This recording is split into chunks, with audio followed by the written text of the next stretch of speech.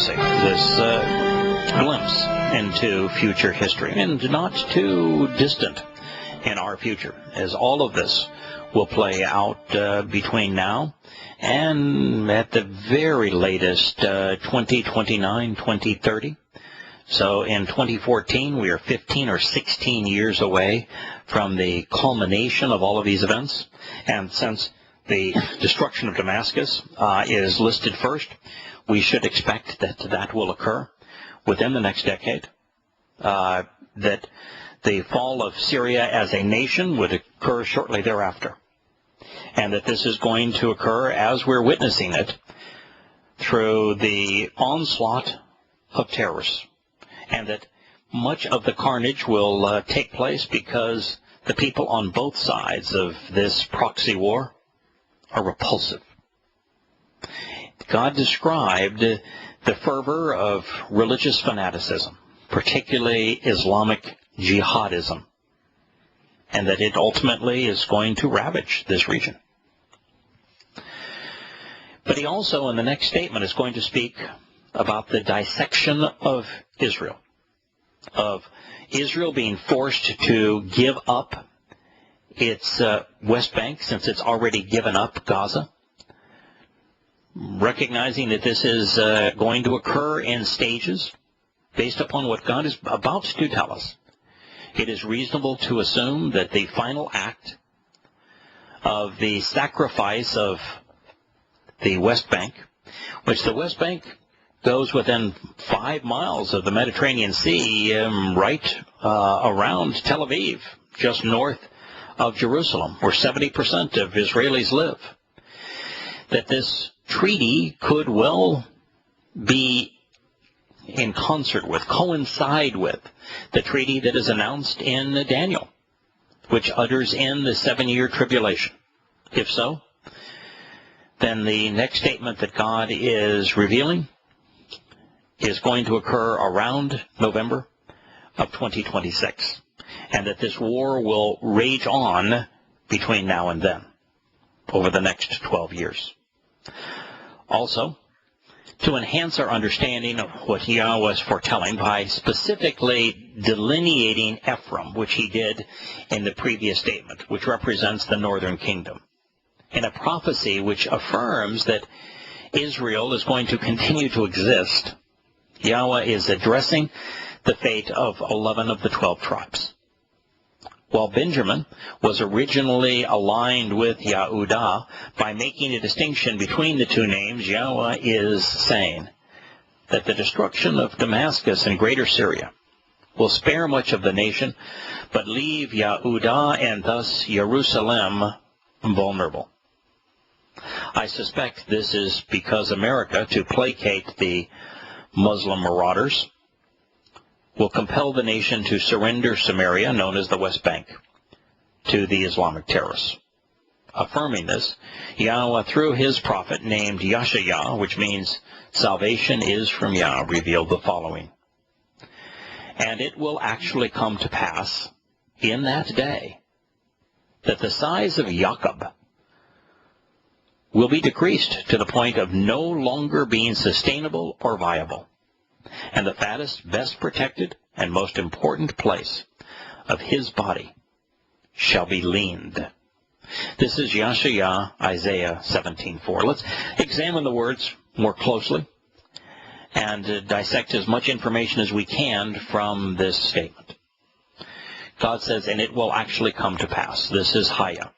It was written in the call perfect consecutive. So it's going to happen as a result of the choices made by men. This is going to be a travesty, but it's going to be a travesty of choice. And by using the call stem, we know this is literally going to occur. By using the perfect conjugation, that this is going to happen as a one-time event, in the sense of it's going to be complete. So it shall actually come to pass in that day. By writing Bahayom, God is saying that the surrender of much of Israel, leaning the nation at the waist, is going to occur at the same time that Syria is destroyed, ceasing to be a nation. At the same time that the terrorists have no one left to terrorize in Syria. At the same time that Damascus falls and becomes a twisted heap of rubble. That these events are related, that one leads to the other, that they occur in quick succession. That tells us that this is a more vital replaying of what happened when Neville Chamberlain ceded the high ground of Czechoslovakia to the Nazis, leading to World War II, just as God says this will lead to World War III. Now he says that the size, hahu kabud, that the magnitude, that the dimensions, that the volume of Jacob shall be decreased to the point of no longer being sustainable or viable. Now, why do you think that God used Jacob here as opposed to Yisrael? And today, when we think of Yisrael, we think of the nation that is on the maps, drawn with various borders of what a number of people claim is occupied and legitimately theirs. And it has now carved off, and it has much of the West Bank carved off. Well, God couldn't use Israel because there's far too many misconceptions of what Israel even represents. Surrendering the West Bank from the international community would not be thinning Israel, because the international community, being universally anti-Semitic, thinks that that's the borders of Israel. So it's not a thinning from their perspective. Now, Jacob represents Israel. That's true. Yahowah renamed Jacob Yisrael. So we know what God's talking about. And we're not talking about a man that at some point in the future is going to be thinned. Jacob had passed away, 1,000 years before Yahshua is writing this. We're not talking about the fate of this individual being thinned at his waist so that he was no longer sustainable, that he may have had a beer belly and, oh boy, that was lean. No, he's not talking about the individual named Jacob, but what Jacob represents. And Jacob, according to God, became Yisrael. There's a reason that he was renamed Yisrael. Now we know it. And so, by saying Jacob, we know that it's not just Israel as Israel is sometimes defined in the Torah, prophets, and Psalms as representing the northern kingdom, while Yehudah represented the southern kingdom that survived the initial Assyrian assault. That Jacob would be all of Israel. The northern kingdom and Yehudah is being thinned. It is a statement that gives us a much better understanding of what God says is going to happen. The word da'al, which means shall be diminished, making the state incapable of surviving, being thinned and impoverished, so that normal life becomes impossible to support, is extraordinarily revealing. By making Israel 5 miles wide in proximity of Tel Aviv and Jerusalem, the state will be unsustainable. It will be so vulnerable to attack by the Muslims who have pledged to destroy it that they will seek to do that very thing, and they will seek to do it instantaneously.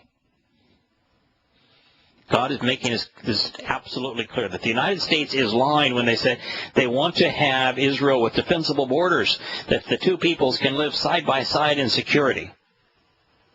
Every Israelite knows that that's not possible if the West Bank is surrendered to the Muslims after Gaza has now been surrendered to them. Every military strategist in the world knows that the country cannot live in security, that it is no longer sustainable, and God is putting us on notice saying that he knows it as well. So we ought not believe our politicians when they speak of rhetoric of two nations, two peoples living side by side in security and peace. It isn't possible. And God has forewarned us of that very thing. The area that is being thinned is the fattest, best protected, and most important place, the mishmam, the waist, the midsection. The most stout and populated area is what mishmam represents.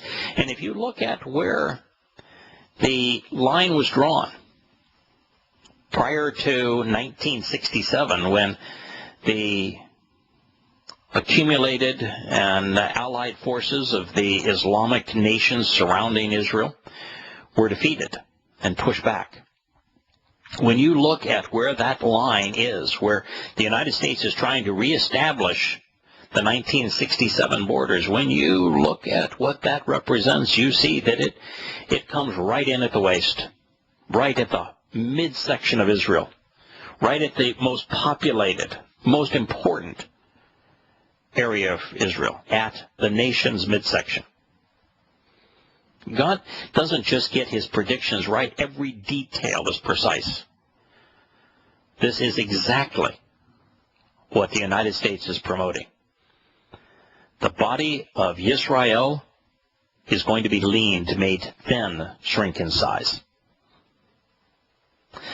So Yahowah, by saying in that day, has affirmed what I assumed previously, that the divestiture of Israeli land is being tied to the fall of the Syrian regime.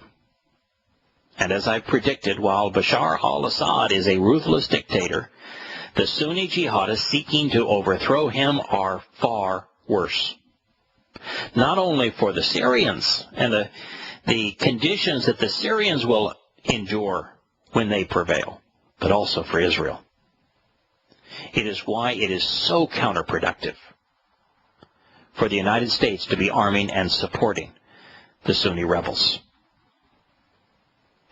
Also, by tying the Syrian war into the surrender of Israeli land, America becomes overtly culpable. The United States becomes guilty of starting, is not just becomes, is already guilty, really, of starting this proxy war through its invasion of Iraq, whereby the nation was given to Iran, but equally deserving of blame, it's the United States military's awakening program that supplied the weapons that began this proxy war. We'll return to Shattering Myths after the break.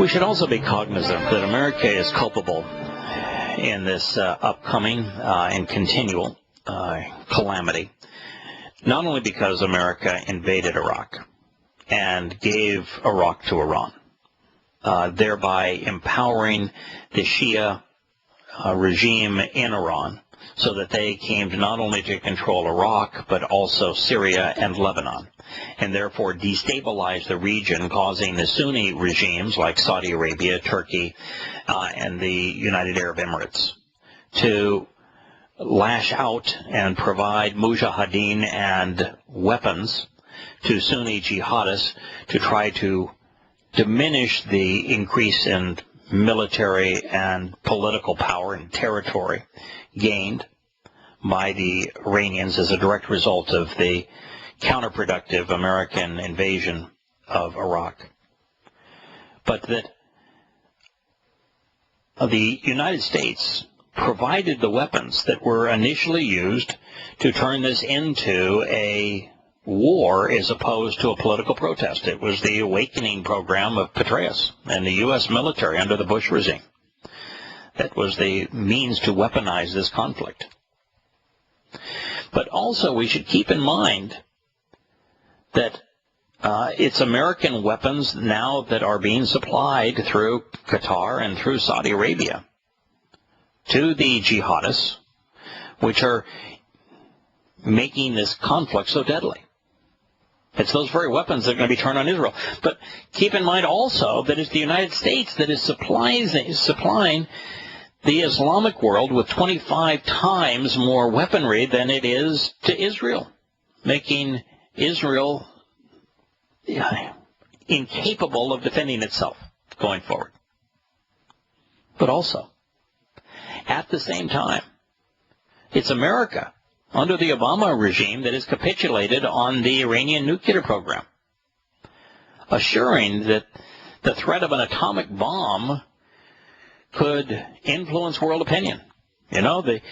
Once it's known that the Iranians have gone beyond wanting an atomic bomb and of refining the uranium-235 to sufficient quantity of it so that they have the ingredients for a bomb, and that they have developed the missile technology to deliver the bomb wherever they wish to deliver it.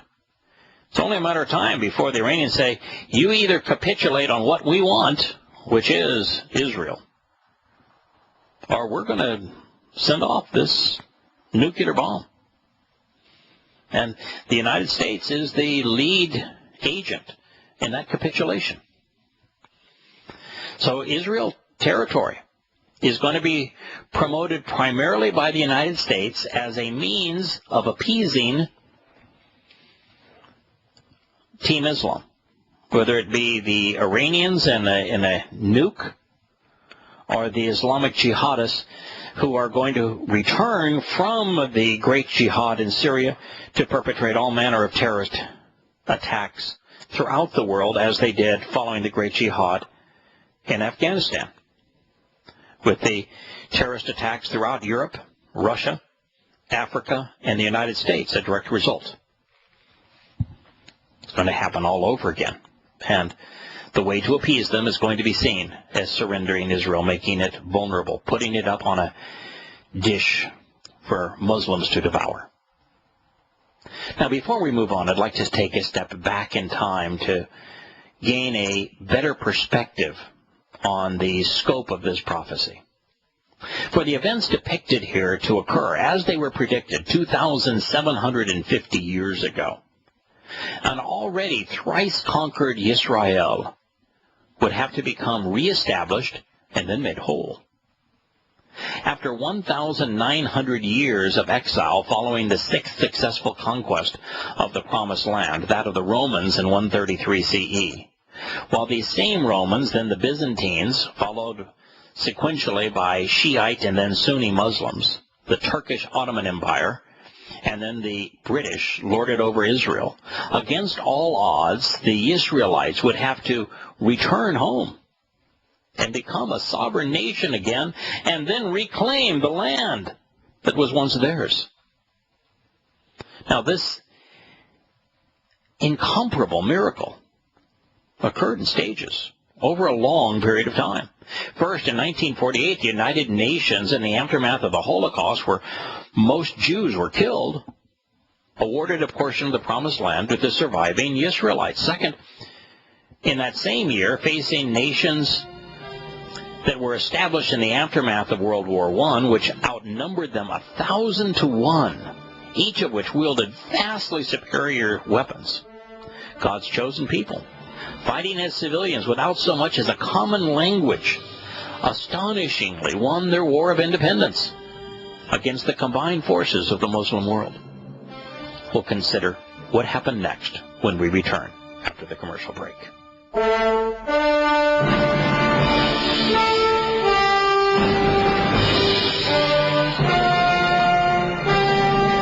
So even after the nation of Israel was reformed in the wake of the Holocaust, after 1,900 years of not existing, the Romans brought in 3 legions. They devastated the place. They salted the land. They razed what was left of the cities. They exported the population as slaves into Europe.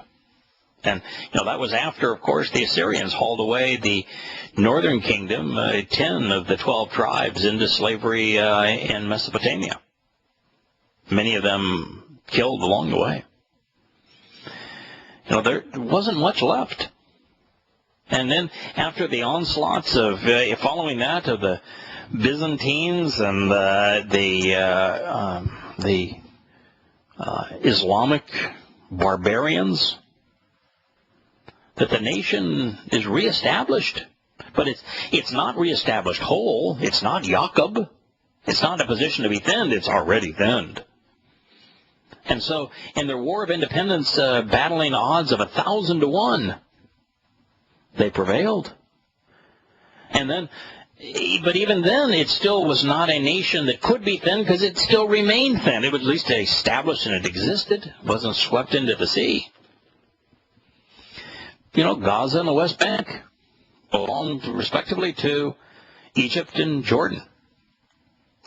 So it wasn't until the fledgling nation prevailed against a second unified Islamic assault in 1967 during the 6 Days War that Israel reclaimed much of Yahowah's original gift. And even then, it would be another 44 years before America's invasion of Iraq would lead to the Syrian war, ultimately linking the destruction of Damascus with the sacrificing of Israeli land for promises of peace. It's an extraordinary amount of things that had to occur that were unimaginable prior to just this past decade. What makes this prophecy extraordinary is when it is committed to writing millennia ago in the waning days of the 8th century BCE, somewhere between 740 and 730 BCE, Israel was being ripped to shreds. Its cities were being razed and its people were being enslaved. This wasn't even imaginable that this could occur. Moreover, we possess ancient verifications of these predictions. The Great Isaiah Scroll, for example, dates to 200 BCE. And it's the oldest surviving complete copy of any book written in antiquity. And just the miracle of that alone boggles the mind. The fact is, conditions that would have been completely inconceivable at the time they were being foretold are just now materializing before our very eyes.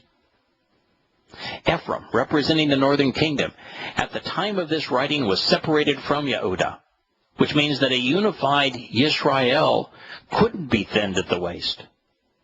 The northern kingdom itself was under siege, being attacked by the world's most ruthless superpower, Assyria. Huge swaths of the nation were falling under the control of Assyrian monarchs, Tiglath-Pileser III and Shalmaneser V. The latter son, Sargon II, and his successor, Sennacherib, following in his father's footsteps, took 20 years to systematically ransack most of what King David, Dode, and his son Solomon had built over 200 years previously. Now, by way of background, so that we know just how improbable this prediction was, after the death of Solomon, which is Shalomo in Hebrew, in 931 BCE, every tribe except Yehudah and Benjamin refused to accept Rehoboam, the son and successor of Solomon, as their king. Now, the rift occurred for reasons that we see play out today, because he refused to lower what was a rather onerous tax imposed by his licentious father. So these 10 tribes preferred Jeroboam, as he's called in Bible transliterations, who was residing in all places Egypt at the time. So upon his return in 920 BCE, they pronounced him king in Shechem, leaving Yehudah completely isolated and Yisrael totally divided. It was now the kingdom of Yehudah versus the northern kingdom, which retained the name Yisrael and it was often referred to as Ephraim. These choices set the stage for the dramatic events transpiring as Yahshua transcribed Yahowah's haunting predictions. By 740 BCE, the Assyrian king Tiglath-Pileser began to systematically brutalize and enslave the remnants of Israel, causing 10 of Jacob's 12 tribes to be considered lost. Reuben and Gad were the first to succumb, then Manasseh. They were taken to Assyria, fish hooks placed in their noses, ropes between them, where they would remain for centuries. In fact, for millennia. Then in 722 BCE, the surviving capitals of the northern kingdom were ransacked, both Shechem and Tirzah, along with most of Samaria under King Omri. During this siege, Salmanasar V died and was succeeded by Sargon II. Of his conquest, he wrote, "Samaria I looked at. I captured 27,280 men who dwelt in it. I carried away to Assyria." End quote. It's duly recorded in an ancient stele by the victors. And this appeared to be the final curtain for the kingdom of Israel. It had been wiped off the face of the earth, its inhabitants taken away. The oldest extant collaborations of this period, besides the testimony found in Chronicles and Kings, include the aforementioned Assyrian stele inscription discovered in ancient Syria, in addition to an intriguing stele found in Moab, which is today Jordan.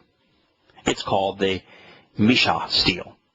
It's a 3-foot tall, smooth block of basalt stone, which contains the longest Iron Age inscription ever found. It was written in the Moabite language in the 9th century BCE, but using the Hebrew alphabet. The history depicted in the inscription parallels the account initially reported in the Book of Kings. It refers to the kingdom of Israel as distinct from the kingdom of Yahudah. It delineates the house of Omri, the king, as well as the house of Dod, David. It even refers to Yahowah by name. These inscriptions are devastating to the Muslims who claim that they have a history in this place. But these collaborations are important because they affirm that Yahowah's eyewitness portrayal of human events, whether past, present, or future, are always accurate. His portrayal of what occurred is precisely what we find occurred. It is what the histories of the nations opposing Israel have written as well. From God's perspective, the reason that the past, present, and future predictions and portrayals are all accurate is that God sees the past, the present, and future all at one time. It's important to know that his past accounting of events is always accurate, just as his future accounting of events, because they come to us exactly the same way. God has witnessed the horrible choices we have made and has reported to us in our past what he has witnessed in our future. He has seen it. He's not predicting it. He's reporting it. God has seen the whole human experience and has provided an eyewitness testimony of exactly what has and will occur. And he's done so for a number of reasons. The primary reason that God has provided us with this is that he doesn't want us to be surprised. He doesn't want us to be bewildered. He doesn't want us to think, for example, that he made a promise to Abraham which is not going to be completed, not going to be honored because Israel is gone. And he would look at it and say, wait a minute, he promised this covenant and this land to the descendants of Abraham, of Ishak and Jacob, and yet the Israelites have been dispersed. The land has been destroyed. Well, if God tells us what's going to happen, and it does happen, then we have reason to have ever confidence that no, God's going to honor that promise. And here's how. In spite of all of man's endeavors to keep it from being honored, God's going to intervene and honor it. That's one of the reasons he tells us this. Another reason is that so we might understand the consequence of our own actions. So that we might know that when we come to know Yahweh, when we trust and rely on who he is and what he is offering, when we engage and embrace the terms and conditions of the covenant, we're protected. We benefit. But when we reject these terms, as the Israelites did, when we dishonor them, when we reject them, then we're savaged by all manner of human malfeasance. There's a consequence of our actions, both favorable and unfavorable. God wants us to know that as a loving Father. But also, these predictions exist so that we might have a means of knowing for certain that the author of the Torah and prophets can be trusted. When we find that he got every detail of history right, the only universally reliable portrait of human history, and that he got every aspect of future history right, every prophecy precisely right down to the fact that Israel's midsection is going to be thinned, making the nation unsustainable, and the direct aftermath of a terrorist assault against Damascus causing Syria to fall. That these kind of precise predictions, and that the leaning of Israel is a direct result of that, tells us that this cannot be by random chance. That a spirit, that an individual that lives outside of the constructs of time revealed this to us.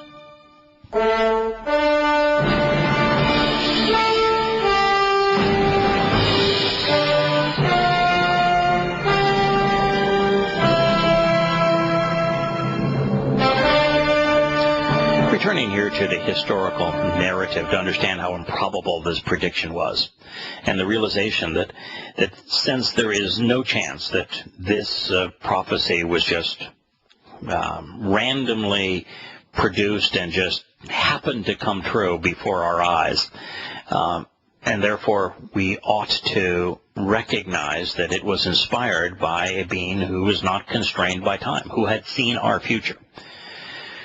We recognize that the kingdom of Yehudah survived the initial Assyrian assault partly because the small nation capitulated and became a vassal state. But some 20 years later, one of the most remarkable stories in the whole of the Torah, prophets, and Psalms is the story of Hezekiah, of Chikiah, as the king of Yehudah, sought to end the nation's subservience to its Mesopotamian overlords. He ceased paying the tribute tax that was imposed by Assyria, and he forged, unfortunately, an alliance with Egypt. But the Egyptians proved unreliable. In the 4th year of Sennacherib's reign, Jerusalem, particularly Yehudim, were isolated and defenseless. And as a result, there were 185,000 Assyrian soldiers who were coming to take the tribute that they thought that Yehudah ought to have been paying them. But they weren't going to take it in the sense of, oh yeah, could you just please remit the last payment to us? No, they were going to take everything, including the Israelites, the Yehudim, as slaves, and they would destroy everything in their wake to teach any nation a lesson that refused to pay them tribute. Well, there were 185,000 of the best armed, most powerful, best disciplined, most disciplined soldiers in the world that were bearing down on this tiny little town, now no more than just a city-state of Jerusalem, with the intent of taking what was little was left of the whole kingdom that King David had forged. But as it would transpire, what happened next serves as the ultimate lesson for us today. Hopelessly outnumbered, Hezekiah initially tried to pay off Sennacherib with 300 talents of silver and 30 of gold. But after the payment was made, the Assyrian king, rather than retreating, renewed his assault and laid siege to Jerusalem. So after his faith in military alliances, his faith in money, his faith in potentates proved unreliable, The king tried the opposite approach and came to rely upon the Torah and its author, Yahowah. He read the Torah, which was found in some recess of the temple, and he read it for the first time probably in hundreds of years. And he says, oh boy, have we ever made some horrible choices. So the first thing he did is he had every vestige of religion removed from Yehuda. And he worked to prepare his people so that they could celebrate Passover, unyeasted bread, and firstborn children in accordance with Yahweh's Torah instructions. And until they separated themselves from religion, until they separated themselves from this patriotic view of the country, from politics, from military support, until they separated themselves from these things, they weren't prepared to celebrate Pesach, Matzah, and Bikurim. And he knew it by reading the Torah. And so he prepared them. And he prepared the country, removing all vestiges of religion from the people's midst. This approach, their collective trust, their willingness to observe the Torah and act upon its guidance was sufficient. Yahowah did the rest, sending out just one of his malach, messengers, to poison the Assyrian army as they prepared for the final assault outside the city gates. As it turns out, all he did is cause the water that flowed outside of the city to be laced with the poison. They drank it. They died. It was a victory without firing a shot. God protected his people from those who wished to destroy them. Glenn, I know you're still listening in with us. I suppose that would be a lesson for today, that we could do better than spend hundreds of billions of dollars on our military. I hear the music playing, so I'll wait. Well, we're actually to the end of our show today. I apologize for asking. That's fine. Well, certainly the Israelites have been regathered are no choir boys, pun intended, but when they are truly facing an existential threat, it's my hope they'll repent and receive much better results. And rely on Yahowah, and indeed they will.